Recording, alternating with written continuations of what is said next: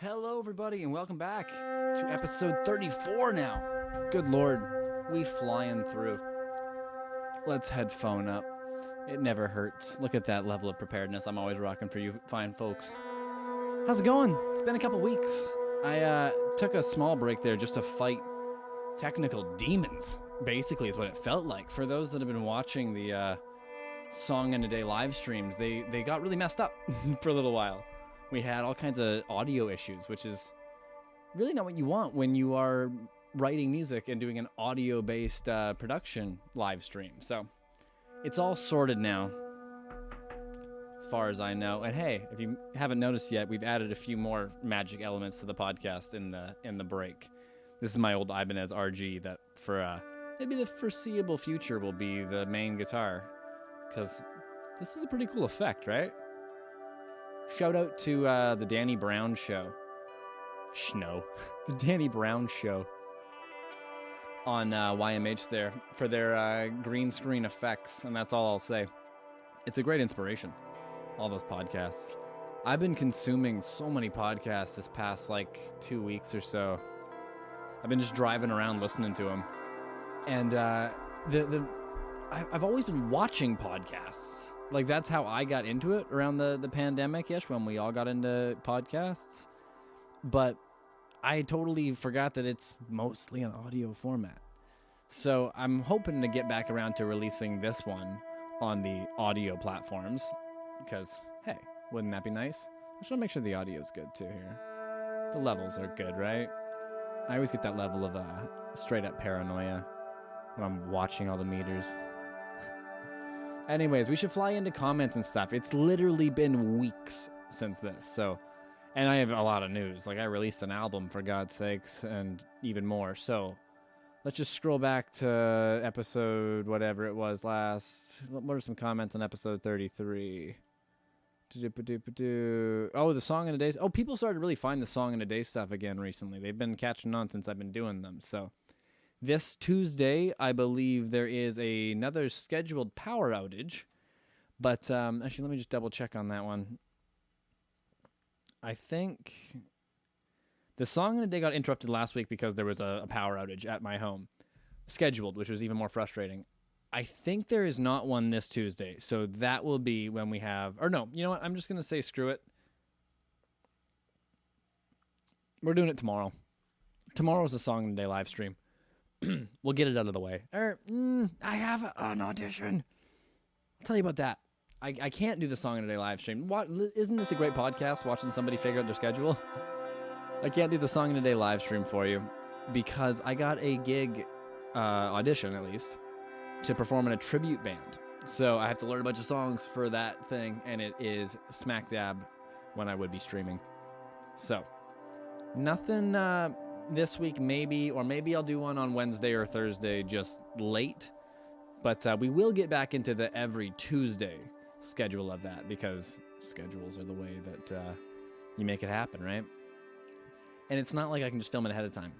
That shit's live. Let's just scroll back to to those comments, though. Most of them are just, on the Song in a Day. I released the cover of Cult of Personality finally, but I think we've already talked about that. Oh, yeah, there was that big audio glitch last week on episode 33, so hopefully it doesn't happen again this week. Comment on the Burn It to the Ground cover. Good old Nickelback. Not Chad Kroeger, but you put your own sound to it. Sounds good. Yeah, I'm not Chad Kroeger, so thank you. And then we got good old Sam. Sometimes it's weird because I'm the main person that comments on this podcast. You are, Sam. You are here every week, and I love it. It's not easy to... I admire you making all by yourself. I see a guy here with a lot of potential. Hells yeah, man. We're flying through stuff. Then we got Rod. Best cover so far. Gibson sounds great. Cult of Personality. Yeah, that 80s Explorer does sound amazing. It's got the passive 80s spec humbuckers in it. And actually, the tribute band that I'm auditioning for is two tribute bands. That's they share the members kind of thing. And the one is Def Leppard, so I'm using my Firebird for that because I want to be Steve Clark for that. But the other half of the show is the Scorpions. So you know that I'm busting out the Explorer. I know it should be a V technically if I was really getting my shanker on, but I think my Explorer is close enough with that 80s spec blacked outness, you know? And then, okay, now we got to talk about Sanctuary. I released an album yesterday, 2 days ago now, 3 days by the time you watch this, maybe, who knows? It's this.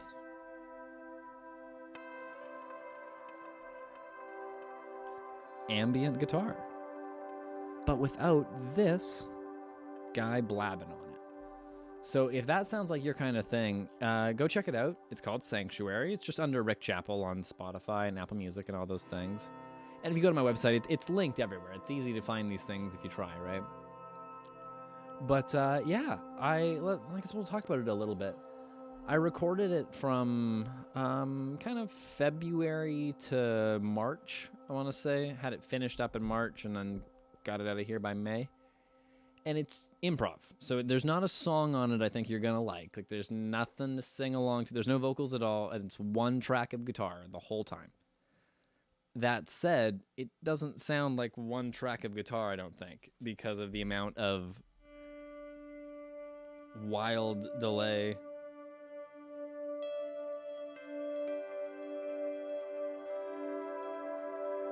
And it's one of my favorite things I made recently. I am fighting my computer viciously to finish off the next record, which I've talked about for like the entire podcast, Outlier. But computers are getting warm and they're starting to slow down when I'm really stacking up some of these tracks. So we may have to make a small studio upgrade or modification by the time I get the record done. But hey, at least it's getting there eventually, right? Let's go back to the comments for a second.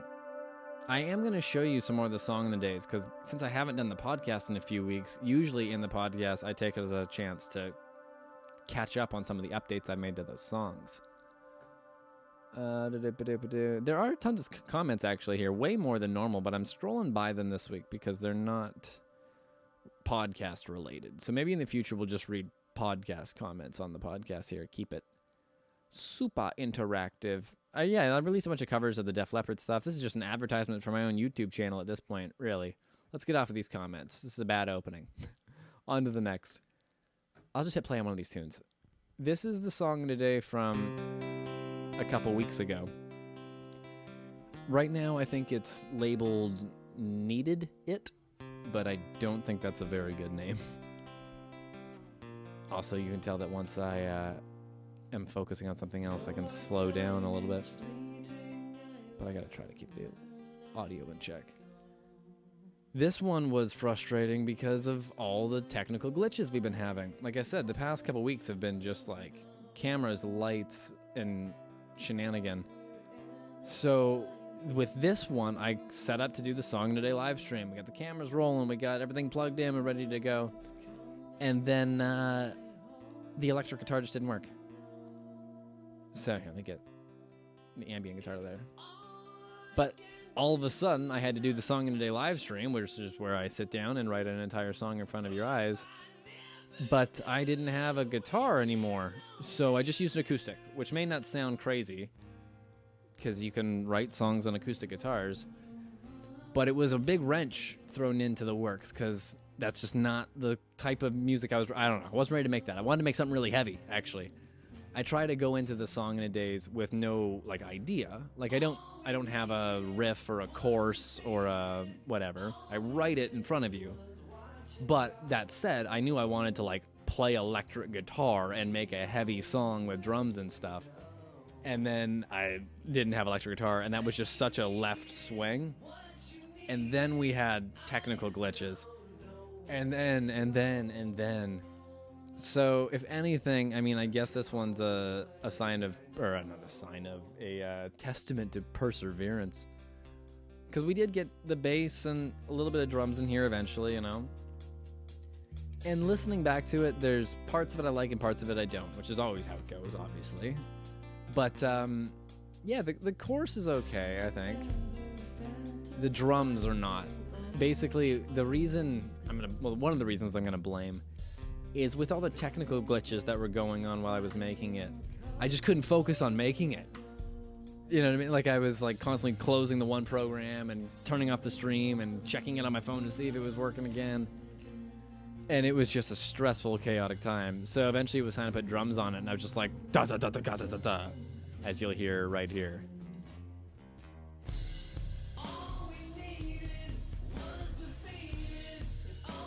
I think that kind of lets the rest of it down right now, but I could always write new drums if I wanted.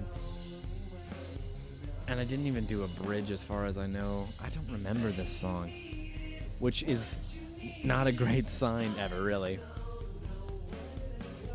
But, I don't know, I'm not going to be too negative. There's parts, you know.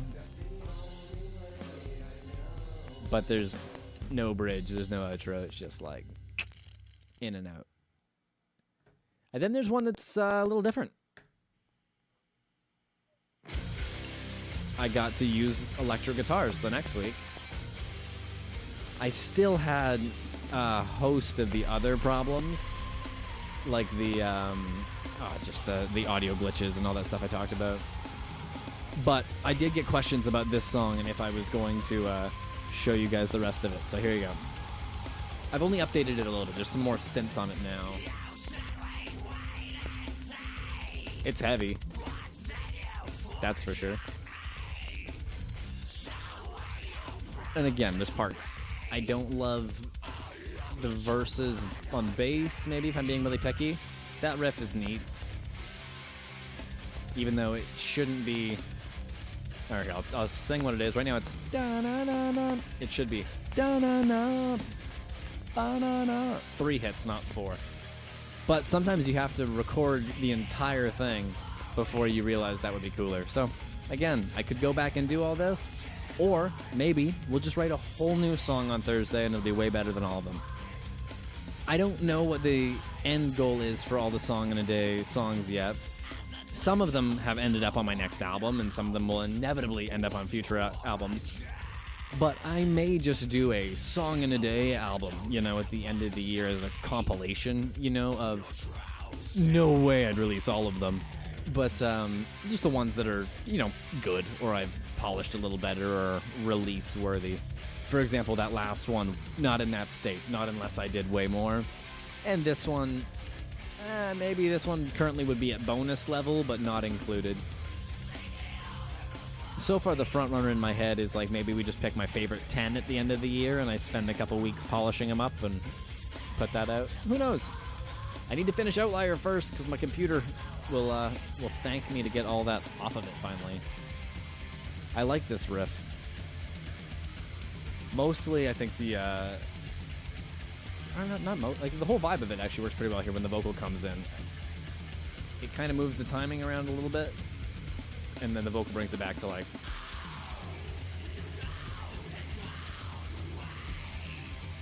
Or I guess it doesn't. I never know what it is I like about these things until I hear them. I guess I like the thing about the vocals that it kind of wanders over that whole wandery section, you know? I don't like this guitar solo. That's for sure. It's very much a throw everything in the kitchen sink on it and just see what happens. And everything in the kitchen sink usually just means a wah-wah pedal. Tapping, tapping, tapping. Vince had asked me to show the progress of this one, so that's this little bit's for you, Vince. And again, like so far, like I said, the song's not terrible. I don't love... Well, there's so many parts I don't love. This chorus bit isn't the best. But when it comes back around this next time here, it's a little better. So I should flip-flop and try a million things. This part. I kind of like that drum pattern and stuff, you know? And who knows? Who knows? Does I knows? Does you knows? Does anybody knows? There's also a weird outro, because why not? It's like a waltz, maybe? I don't know how to describe this, I don't know. I don't understand counting and musical theory and all those nerd shits, So I just grabbed a drum part I thought was cool and played guitar on top of it. I think it said it was in like 12/8 or something. I don't know. You get enough band dorks in the room and they're just going to start to argue what's an A, and it just gets to be so frustrating.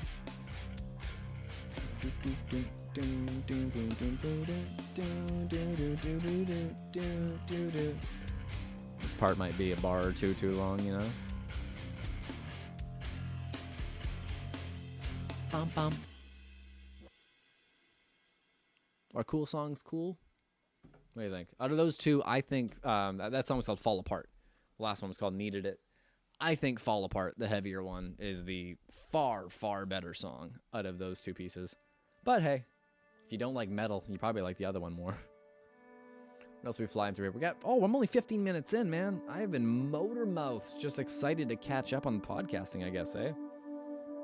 I'm also really excited to see how this looks back. I've done a couple tests, but just trying to make the podcast stand out a little bit, you know? Like I said, I've been listening to a bunch of them lately, and I remembered, you know, how important the audio side of it is, but frankly, I think I've been crushing that pretty well with compressors and outboard gear and whatnot. That's kind of the perk of having a recording studio first and a video podcasting thing second. But I did want to make it a little more interesting than just a guy and a guitar sitting there, so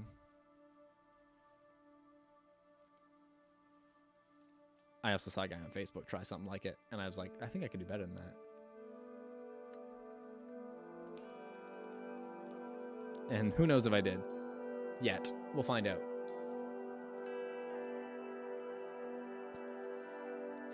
What else can we show you here? I had a bunch more things here. I didn't write any of them down, of course, because that's how it goes. Should mention I have a few more Axe FX patches that are going to go up. Not for sale, because I don't really believe in selling them all that much. But I'll have some downloads on there for you for now. I shouldn't shoot myself in the foot by saying I don't believe in selling them. I'll sell Axe FX patches, I'm sure, one day. But for now, I've just got some free downloads up there for you, because why not? But what else can we fly through here? The Guitar Stories. Yeah, I started back up on the Guitar Stories series. So one of the, I don't want to say first, but a video I did that got some good traction here on this channel years ago was where I just sat down and talked about my Zach Wilde Les Paul. Because that was like the first guitar I got that I really fell in love with. And now it's at like 10,000 views a couple years later, so that's cool. I had followed it up pretty quickly after with episode 2 on a different guitar, my Dean VMNT. And that one's got a couple thousand, and I was like, hey, I should do more of these. And then I just didn't for like an entire, let's call it a pandemic or so. And I always knew the third guitar in the series, just because it was kind of like the order I had gotten them and really bonded with them, at least the ones I still had, you know? But I just never made that video over and over and over again. I was just like, no, I'll do it whenever. And then I sold the guitar. So I was like, well, time to shit or get off the pot, basically. So episode 3 of the Guitar Story series, my 1988 Charvel, is now there. And the guy I sold it to even commented on it too. So there you go, man.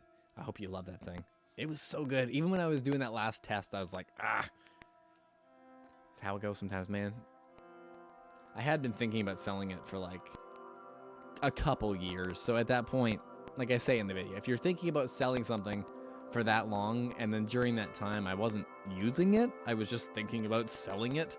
So I don't know. It was its time. It had its moment. Oh, the other thing I was gonna talk about was what else I've been watching, because all this is me just blabbing at you of the things I consume so you can consume me. It's a snake eating its own thing. I watched my favorite episode of television of all time just before this podcast. It's not the best episode of television of all time because it's sad or funny, or it's just perfect television. And what it is Bad News, the episode from How I Met Your Mother. It's some people's least favorite episode because it's the one where the guy's dad dies. Like, it ends on bad news. That's the spoiler right there. But the episode does a thing, and I remember when I saw it live on TV back in the day, it's counting down in every shot. There's a number somewhere in almost every shot that goes from, I think, 50 or 30 or so, I should remember because I just watched it, down to 1, and then the news comes.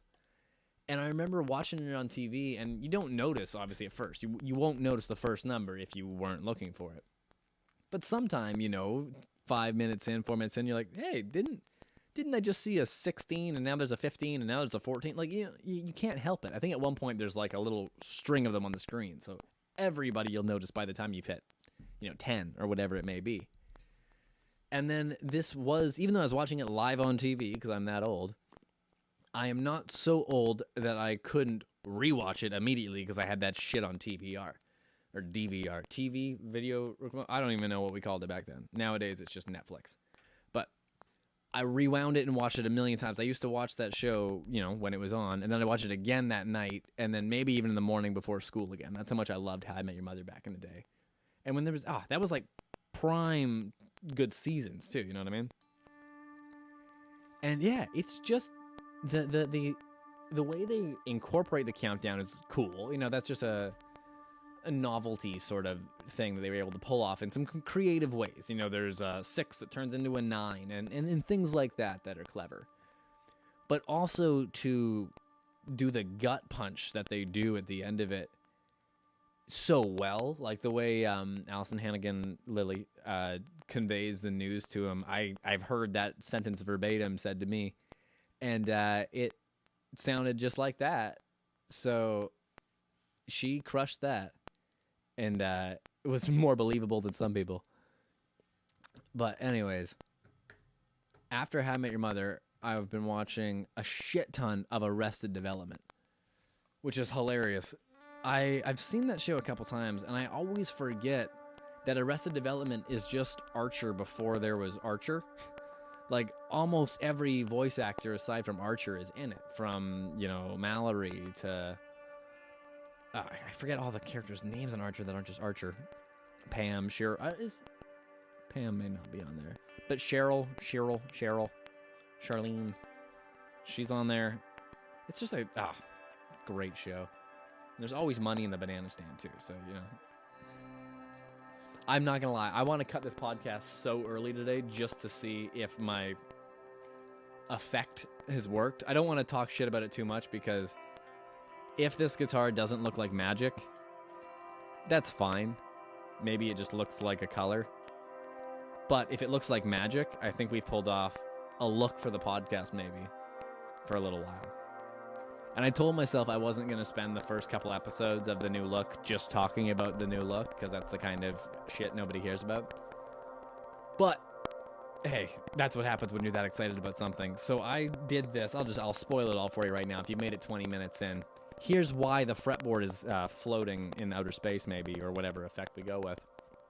I spent the last couple minutes here with masking tape and a razor blade and have green screened my fretboard.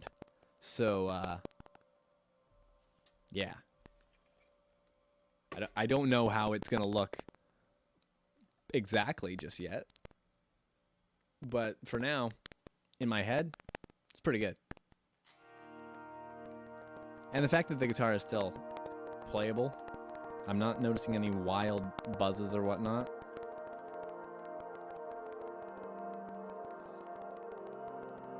Oh, I should talk about the other video I shot just today, but I haven't uploaded just yet for you.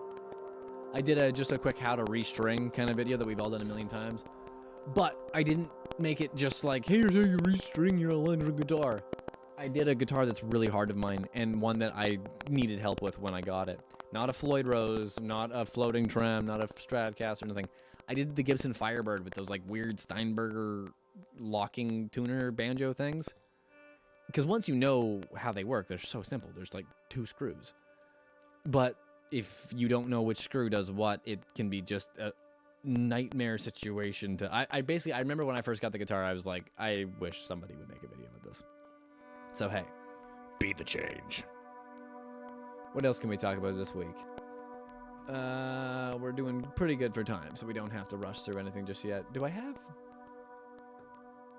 another surprise for you, or do I save it for next week? I think we save it for next week. Yeah, let's hop in the news, though, for a second, because I'm not doing news, but we're doing music news, or guitar world news, let's call it. What's going on in the world of guitars? Not the magazine, just, People always want to talk about Wolfgang Van Halen, and I don't really like that dude. Oh, he's talking about his dad in something. Who would have guessed? What's the next headline? Nancy Wilson shares opinion on shredders. Cool. Nancy Wilson's awesome. I don't want to just do clickbait here. Give me something good I want to actually read and talk about. What acoustic guitars did Bob Dylan play? You know what? Maybe the news just sucks. Yeah, the news sucks. The next headline I read was St. Vincent explains why you need to be careful when using pedals with a Strat.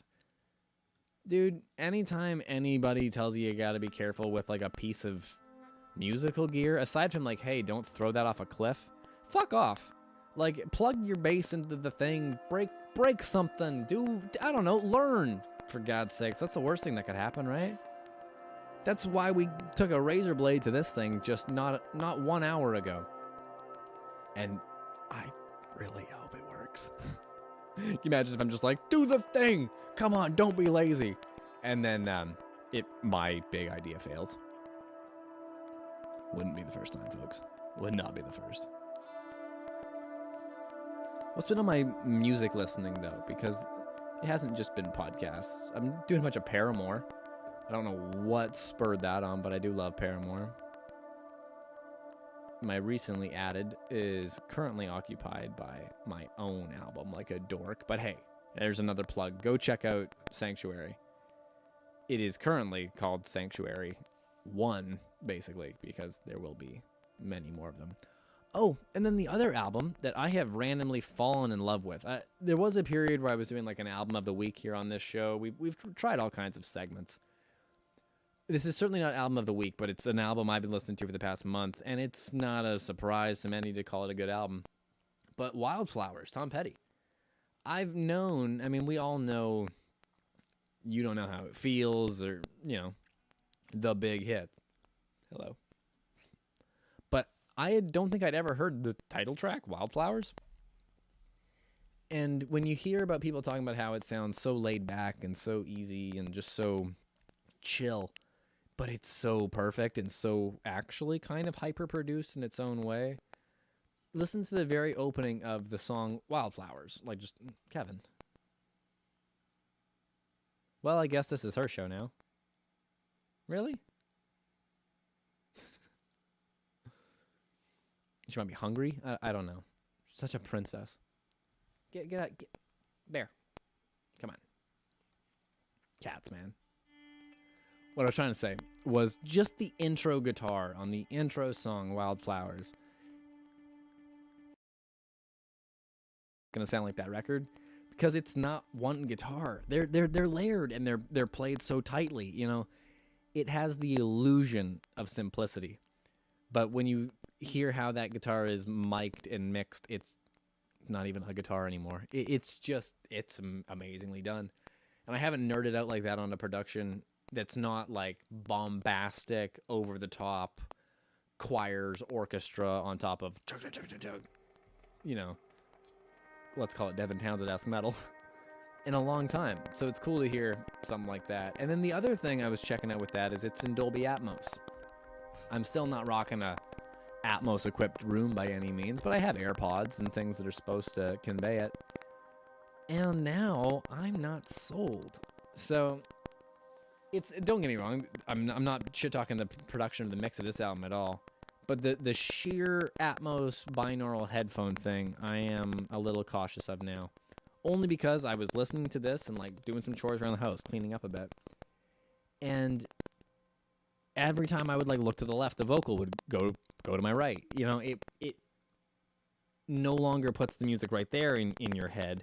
It's supposed to be around you, which sounds awesome. In real-time surround, I bet that would be great. But I don't know. It gave me not vertigo or anything like that, but the annoyance of vertigo without any maybe like woozy, weeshy, whatever you want to call it, feelings.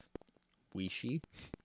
Woozy, drowsy. I don't know. I don't really suffer from vertigo, but I hope you can understand what I'm talking about. Like, I found it not disorientating, but I was disoriented. I can't even speak today. Only my ears were messed up. Let's just say that. And I didn't enjoy that part. So I want to see now if I can find, all these Apple Music things in the non-Atmos mixes still. Like, I'm kind of hoping this wasn't an industry shift and now I'm a grumpy old man already. But hey, maybe that's how it happens. I'm almost 30. So there you go. And that's probably our half-hour mark of the podcast too. So thanks for watching. Episode 34 has been a time. I think it may be the first week of a pretty cool effect that may last the weeks to come. Who knows? I've been Rick. You've been an audience. I'll be here next week for sure. And we'll do a Song in a Day live stream this week. I know it'll happen. It may be Thursday at the latest. I'm going to aim for... Fuck it. I'm just going to aim for Thursday. There you go. Let's call it. I'll see you guys on Thursday for the Song in a Day live stream. Later.